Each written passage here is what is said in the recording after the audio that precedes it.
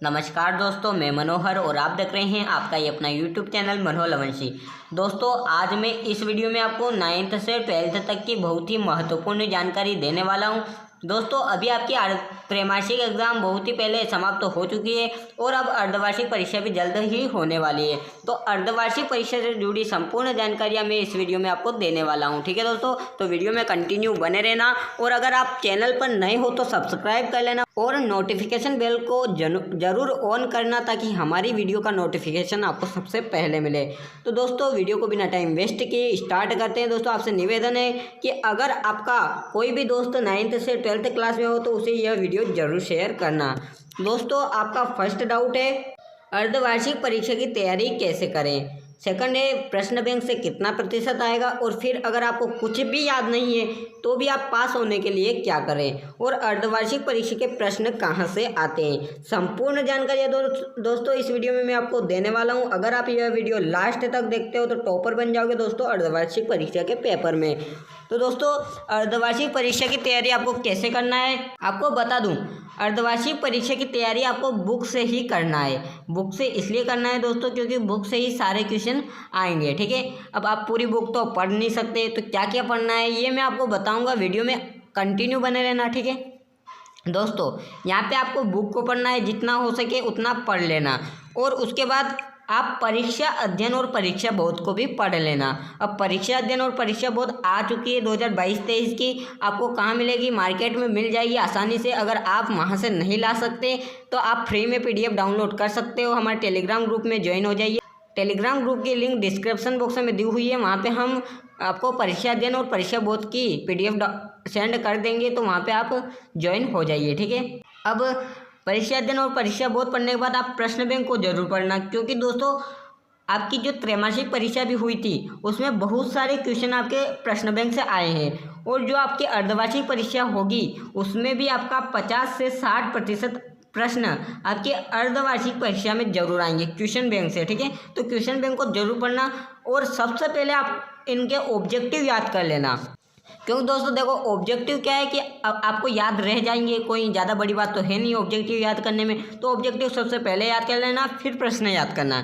अब दोस्तों, अर्धवार्षिक परीक्षा की तैयारी आपको सिलेबस के अकॉर्डिंग ही करना है। तो देखो दोस्तों, अर्धवार्षिक परीक्षा में सारे चैप्टर तो आने नहीं है। ठीक है, तो जो चैप्टर आने वाले हैं वो ही चैप्टर आपको याद करना है, उस सिलेबस के अकॉर्डिंग ही आपको तैयारी करनी है। अब कौन से चैप्टर आपकी अर्धवार्षिक परीक्षा में आने वाले हैं इसकी वीडियो हम जल्द ही लाएंगे। इस वीडियो के बाद वही वीडियो आएगी कि अर्धवार्षिक परीक्षा में कौन कौन से लेक्चर आने वाले हैं। ठीक है, तो अभी तो देखो आपको सिलेबस के अकॉर्डिंग ही तैयारी करनी है।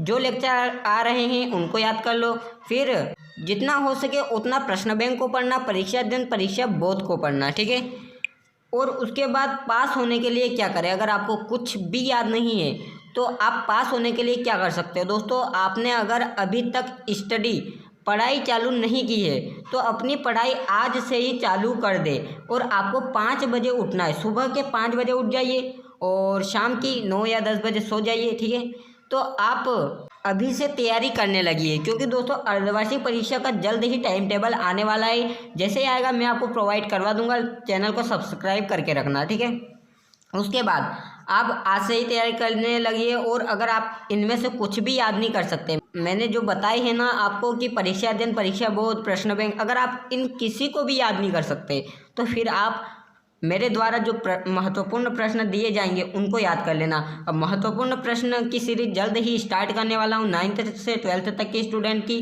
तो आप जल्द ही इस चैनल पर देख सकते हो। चैनल को सब्सक्राइब करके रखना। ठीक है, तो जैसे ही मैं वीडियो अपलोड करूँगा नोटिफिकेशन उसका सबसे पहले आपको मिलेगा। ठीक है, मोस्ट इंपॉर्टेंट क्वेश्चन दूंगा, उसी में से आपके अर्धवार्षिक एग्जाम एंड वार्षिक एग्जाम में आने वाले हैं। ठीक है, उसके बाद अर्धवार्षिक परीक्षा के प्रश्न कहाँ से आते हैं। दोस्तों, अर्धवार्षिक परीक्षा के प्रश्न मैंने आपको बताया ही है कि बुक से आते हैं। फिर भी अगर आप बुक को याद नहीं कर सको, क्योंकि बुक तो बहुत बड़ी होती है ना दोस्तों, अगर आप पूरे साल पढ़ाई करोगे तभी बुक पूरी पढ़ सकोगे।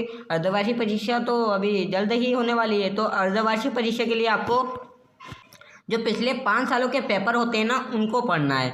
पिछले 5 सालों के पेपर अगर आप पढ़ लेते हो तो आपको कुछ भी पढ़ने की ज़रूरत नहीं है, क्योंकि वहीं से तो आएंगे दोस्तों।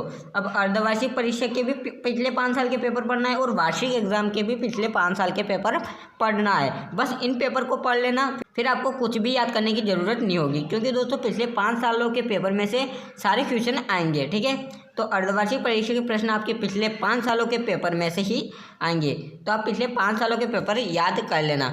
और दोस्तों सबसे पहले आप बुक को पढ़ना, क्योंकि दोस्तों बुक से ही सारा सिलेबस आता है, सारे प्रश्न आते हैं। उसके बाद आप क्वेश्चन बैंक को पढ़ना, और क्वेश्चन बैंक के बाद परीक्षा बोर्ड परीक्षा अध्ययन को पढ़ना और सिलेबस के अकॉर्डिंग तैयारी करना। चाहे आप कुछ भी पढ़ रहे हो, कुछ भी याद कर रहे हो, तो सिलेबस में क्या दिया गया है, कौन से अध्याय आने वाले, कौन से नहीं आने वाले, तो उसके अकॉर्डिंग आप तैयारी करना। दोस्तों त्रैमासिक एग्जाम में भी सिलेबस आया था, आपको पता होगा कि बताया गया था कि 6 से 7 लेक्चर आएंगे, तो वहीं से आया है। उसी प्रकार अर्धवार्षिक परीक्षा का आधा सिलेबस जल्दी आने वाला है, तो एमपी बोर्ड जल्द ही बता देगा कि कौन से चैप्टर आने वाले, और वो जैसे ही बताएगा मैं आपको वीडियो के माध्यम से प्रोवाइड करवा दूंगा। तो चैनल को सब्सक्राइब करके रखना, और अगर एमपी बोर्ड से रिलेटेड सारी जानकारियाँ चाहिए तो हमारे टेलीग्राम ग्रुप में ज्वाइन हो जाइए, और हमारे चैनल को भी सब्सक्राइब करके रखिए। धन्यवाद दोस्तों, वीडियो को यहीं पर समाप्त करते हैं। वीडियो कैसी लगी कमेंट में ज़रूर बताना, और आप किस क्लास में यह भी हमें कमेंट करके बताना। धन्यवाद।